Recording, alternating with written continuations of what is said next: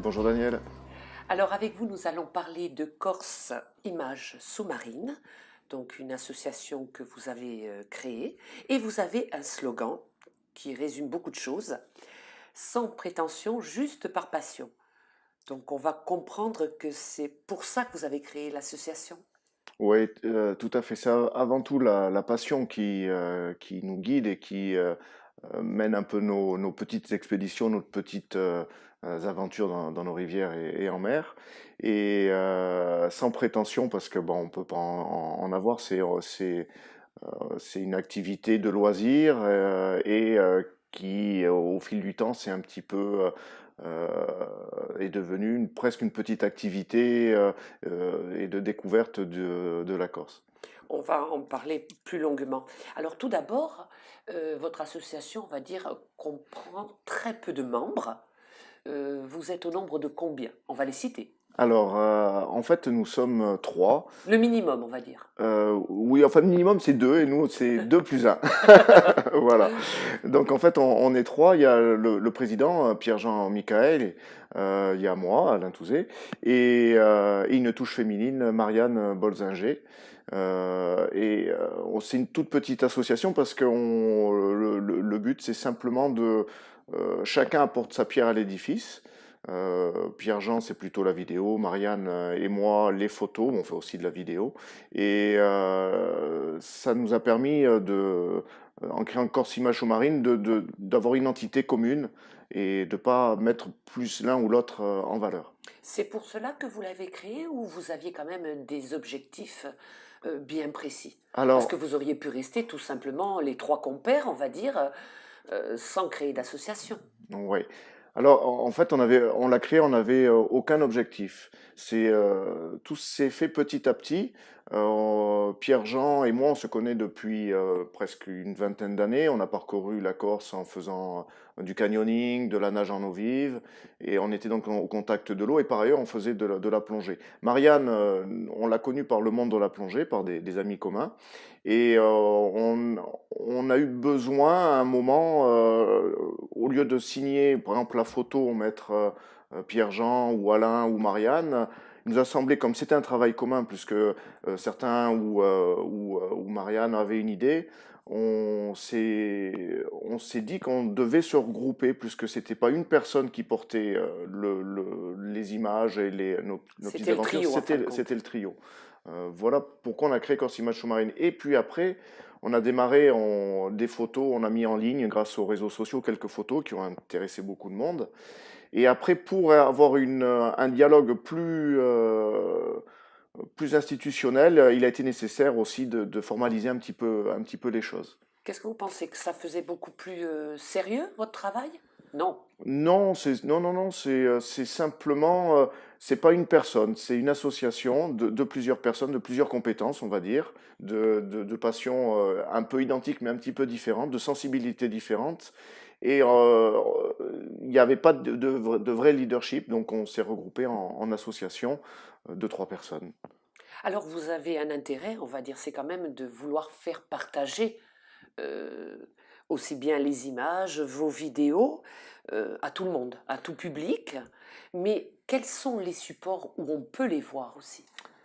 Alors voilà, en fait, ce qui s'est passé, c'est qu'au début, on a mis en ligne quelques images sur les réseaux sociaux, parce qu'en fait, quand on fait des images, je pense, c'est pour les partager avant tout à ses proches, qui des fois nous voient partir pendant plusieurs jours, plusieurs heures, au fond des rivières, au fond des canyons, et en ramenant des photos, ben, ça permet de partager un petit peu les choses, et on a découvert, et ces photos-là, c'est un peu notre émotion que l'on ressentait, qu'on essayait un petit peu de Vous voulez le redonner. retransmettre? Voilà, et avec les films aussi. Et au bout d'un moment, grâce aux réseaux sociaux, ça a intéressé du monde. Donc le CPIE, une association qui est au Centre-Corse, qui C'est développe... là où finalement vous Tout avez a démarré démarré, votre ouais. histoire? Ouais, c'est là où ça a démarré, c'est avec le CPE et avec des poissons rouges dans le barrage de Cotic-Chiavari. On a rencontré des poissons rouges qui n'avaient rien à faire là. Donc, au-delà des belles images, on s'est rendu compte qu'il y avait un environnement où il y avait des espèces qui n'avaient pas leur place, hein. Les poissons rouges n'ont pas la place dans la nature. Mais c'est l'homme qui les a Et introduits. on a découvert que c'était les hommes qui les avaient introduits. Donc ça nous a mis en contact avec des associations de protection de l'environnement et d'information sur l'environnement, des scientifiques et même des réalisateurs qui cherchaient des sujets ou qui avaient des sujets sur la fragilité des écosystèmes, dont les rivières, et la Corse est concernée comme le continent. Donc justement, ces espèces qu'on a introduites en Corse, est-ce que vous pensez qu'elles peuvent être à la longue destructrices Alors, destructrice, peut-être. Après, de modifier un environnement, pour c'est sûr. l'écosystème Alors, il aussi? y a ces espèces, on va dire qu'on peut rencontrer les ombres de fontaine dans le lac de Melo, par exemple, le silure de la Gravonne. Euh, Ces espèces portent aussi des bactéries sur elles. Donc, on sait que ça pose un problème. Ça modifie les écosystèmes, mais on ne sait pas jusqu'à quel point. Mais par contre, il est intéressant d'informer les gens quand par exemple ils achètent des petites tortues de Floride et qu'un jour elles deviennent grosses et qu'ils ne veulent plus les garder, de ne pas les rejeter dans l'environnement. Parce que ça crée forcément des problèmes. Donc toutes ces espèces qui ont été introduites, elles l'ont été pas avec une volonté de nuire, mais ça a des conséquences. Donc pour vous, c'est quand même une menace pour l'environnement. Oui, À c'est long quand même terme, une menace. Dans le lac de Melo, les truites endémiques, la macrostigma, elle n'y est plus. Elle a été remplacée par une sorte de saumon d'origine canadienne et qui a été qui a introduite. été introduite il y a une trentaine d'années. Voilà. Donc il y a du bon et du pas bon d'introduire des espèces. Voilà, il faut faire toujours très très attention à ce que l'on fait. Essayer de toujours penser à l'inimaginable en fait. Combien vous avez, on va dire, fait de lacs? Vous Alors, avez plongé dans combien de lacs? Alors, on a plongé dans les lacs de Mel, les étangs de la plaine orientale, un petit lac de Djalicatapia là, en montagne aussi, et on a plongé un peu pas toutes les rivières, ce n'est pas possible, ni tous les fleuves de Corse, mais dans les principaux fleuves et rivières de Corse du Sud et de Haute-Corse. Vous les avez répertoriés? Oui, alors ça fait l'objet de... Alors nous, on n'est pas scientifique, c'est-à-dire qu'on a juste fait des photos à un temps donné, à une époque donnée.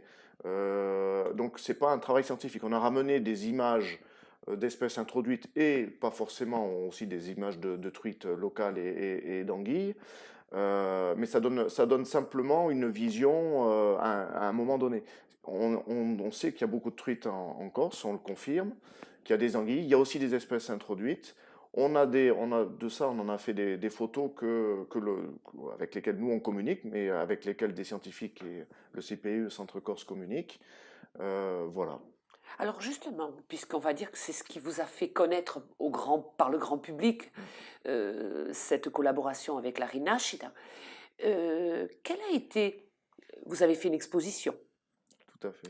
quelle a été finalement la réaction des gens qui ont regardé votre exposition, qui sont venus?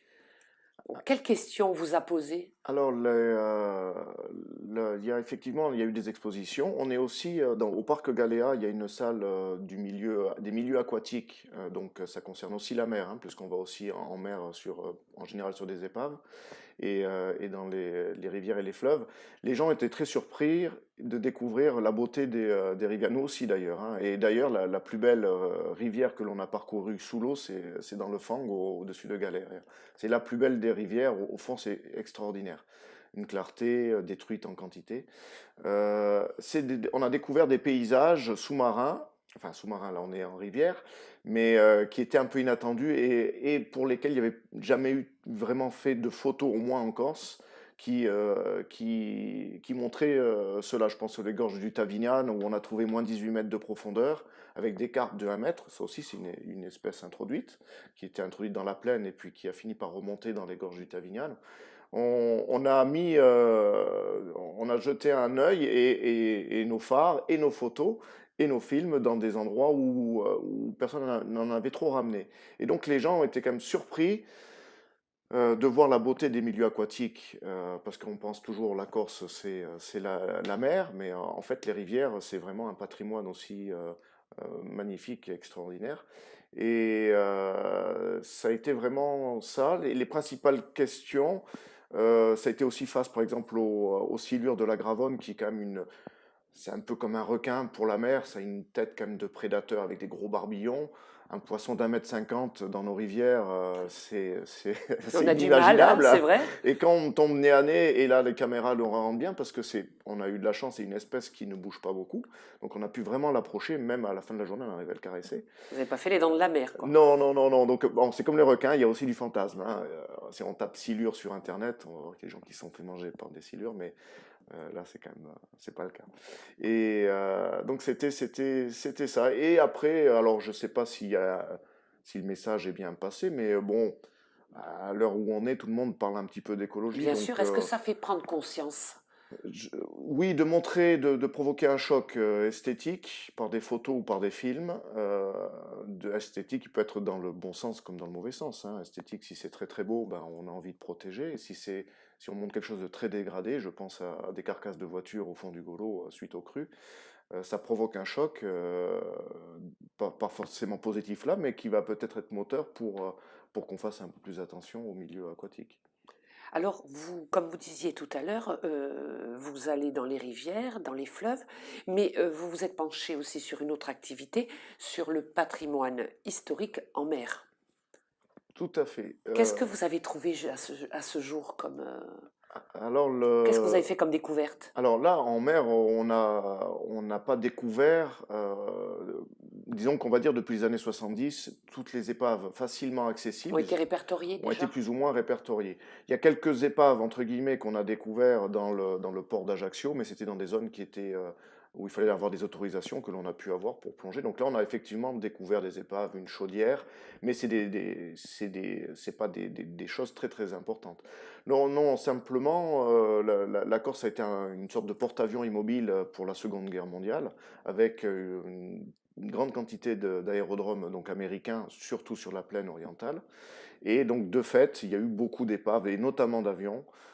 Donc, alors pareil, on a beaucoup d'émotions parce que ces avions portent une histoire. C'est des aigles d'acier engloutis. Quand on plonge dessus, ça fait quelque chose. Et le fait de faire des films, j'espère et des photos, j'espère qu'on arrive à redonner un peu de cette émotion. Vous plongez jusqu'à combien de mètres de profondeur?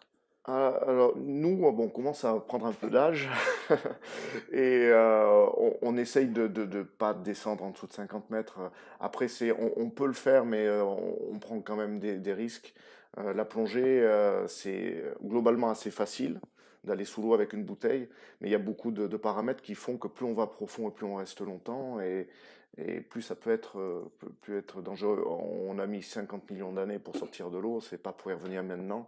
On a du matériel et c'est le matériel qui nous tient en vie, donc il faut quand même faire un petit peu attention. À aucun moment on n'essaye pas de faire des exploits. S'il y a quelque chose à voir, on va peut-être aller un petit peu aux limites de nos capacités techniques et physiques, mais on ne va pas aller au-delà. On recherche absolument pas ce genre d'expérience.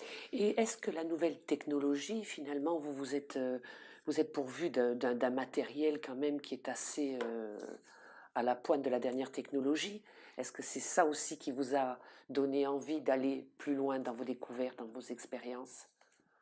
Oui, alors en fait, ça a été un heureux hasard. On a un ami qui fabrique des phares de plongée en Corse et qui sont pour faire des images sous-marines extraordinaires. C'est-à-dire qu'ils ont une très grande puissance avec une autonomie aussi conséquente.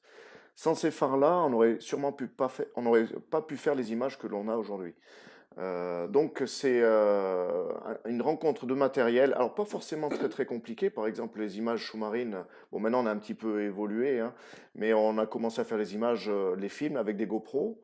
Les appareils photo, on a quand même là effectivement du matériel un petit peu plus conséquent. Mais c'est pas vraiment, ça reste quand même abordable. C'est-à-dire que chacun, il faut avoir un petit peu l'idée d'y aller, mais au bout du chemin, avec de l'éclairage et du petit matériel, on arrive déjà à faire des images. Je crois qu'avant tout, il faut être passionné. Et à Et partir vous, de c'est ça, de toute là, façon, ouais, votre c'est ça. motivation principale, c'est bien ça, Tout à fait, tout à comme on fait. disait C'est pour votre la passion. slogan. Exactement.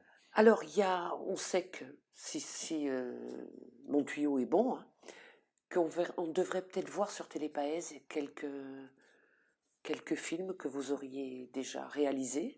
Voilà, oui, je pense que ça devrait être possible Info et ou être fait. intox? Non, je pense que c'est une info. Oui, nos petits films qui rencontrent entre guillemets, un succès, c'est un grand mot, mais qui sont vus quand même par quelques milliers de personnes, hein. On a une page Facebook, Corsi Sous-Marine, qui est suivie par 4 500 personnes. Et ceux qui n'ont pas Facebook, Ouais. où peuvent-ils voir vos photos Alors, il ou vos suffit de vidéos? taper sur un moteur de recherche comme Google, Corsi Sous-Marine. Et vous tombez directement sur notre page web qui est beaucoup plus fournie que la page Facebook, hein, qui n'est à la limite qu'une vitrine. Et là, vous avez des dossiers sur les épaves en Tout mer ce dont que vous on avez a fait. parlé, sur les espèces introduites. Et sur certaines épaves, on a vraiment eu de la chance d'avoir des archives, on est vraiment allé loin. Et après, il y a un autre volet aussi qui nous plaît beaucoup, c'est les hommes, parce que c'est vrai que les paysages, les truites, c'est la nature, c'est vrai. Et on a parlé un petit peu d'épaves. Là, on commence à trouver des hommes aussi, hein, qui ont donc eu des accidents, qui ont fait la guerre aussi, donc beaucoup d'émotions. Mais il y a aussi tous les hommes qui ont travaillé dans les rivières ou dans les mines, par exemple. Il y a certaines mines qui sont inondées, dans lesquelles on est allé ramener des images. Donc là, on a découvert aussi nous-mêmes que la Corse avait un gros passé industriel, contrairement à ce que l'on trouve souvent dans les magazines un petit peu de paysage ou de vente de tourisme, on va dire. Et on rencontre aussi ces ouvrages-là. Et, par exemple, dans les rivières, il y a des barrages du côté d'Abasie, qui ont été faits parce qu'il y avait une usine de traitement de bois et ils faisaient de l'électricité. Donc ces ouvrages sont encore en place et on essaye aussi de raconter cette histoire-là, que aussi on a découvert en étant curieux, en allant dans les rivières. Et est-ce que les gens viennent à vous? On va parler de cette télévision américaine, mais sinon, est-ce que les gens viennent à vous aussi pour vous demander, voilà, d'aller plonger à tel ou tel endroit pour quelque chose de bien précis? Ou ça vous est jamais arrivé encore? Il y a des personnes qui nous ont contactés en disant, voilà, moi je connais dans telle rivière, ou par exemple sur Ascq, il y a un grand trou d'eau, il doit y avoir quelque chose, vous voudriez Par bien aller voir. curiosité, Voilà, ouais, donc et forcément nous ça nous intéressait, donc on est allé voir. vous étiez preneur, On quoi. était preneurs. Donc il y a quelques infos qui nous sont revenues comme ça. Les mines dont certaines sont inondées, c'est le club de spéléologie de Bastia et celui de Corté qui nous ont contactés, mais qu'on connaissait aussi par ailleurs. Et on a une petite remontée d'informations comme ça. Alors, vous parlez justement de ce club de spéléologie, je vais y arriver. Est-ce que d'autres, on va dire d'autres personnes, voire même d'autres associations du milieu aquatique, de la pêche, veulent travailler, ou vous ont proposé de travailler en collaboration avec eux? Alors, en fait, bon, Pierre-Jean et moi, on est dans le milieu associatif sportif de sport nature depuis une vingtaine d'années. Donc, on connaît beaucoup de monde, hein. La Corse est petite, tout le monde se connaît. Et aussi au travers de nos images, c'est la rencontre avec les autres qui nous intéresse en fait aussi. C'est l'image, mais c'est de rencontrer le pêcheur au bord de la rivière qui va nous expliquer que la grosse truite qu'on a vue au fond, ben, ça fait 3 semaines qu'il essaye de l'attraper. Euh, C'est arrivé, ça. oui, oui, c'est arrivé. Et donc, et après, il y a des idées qui germent. Quand on est plusieurs, il y en a plus dans plusieurs cerveaux. Donc, il y en a un qui va dire, bah, ah, je vais à cet endroit-là. Ça serait peut-être intéressant que vous fassiez des images. Ça s'est fait comme ça. Après, on a eu les Américains qui nous ont contactés. Bon, Alors c'était dites-nous pas tout à fait justement, à Hollywood, dites-nous un mais petit peu, c'est assez récent, on va dire, ils sont venus en Corse, oui, comment ils ça sont, s'est ils sont venus passé? en Corse. En fait, c'est une émission, une sorte de Nicolas Hulot, mais américain, mais un peu plus Indiana Jones quand même, hein. Il y a un Ah côté d'accord. un peu plus vendeur, dans le sens un petit peu auto-centré sur le personnage quand même. Une sorte d'Indiana Jones qui va à la recherche un petit peu de trésors, de secrets. Là, son fil conducteur, c'était le trésor de Rommel, qui nous a contactés parce qu'il avait vu nos images dans un lac souterrain sous Bonifacio, où il y a en dessous des escaliers du Puy d'Aragon. Et il avait été dit, En fait, dès qu'il y a un endroit secret en Corse, on imagine toujours qu'il y a le trésor de Rommel dedans.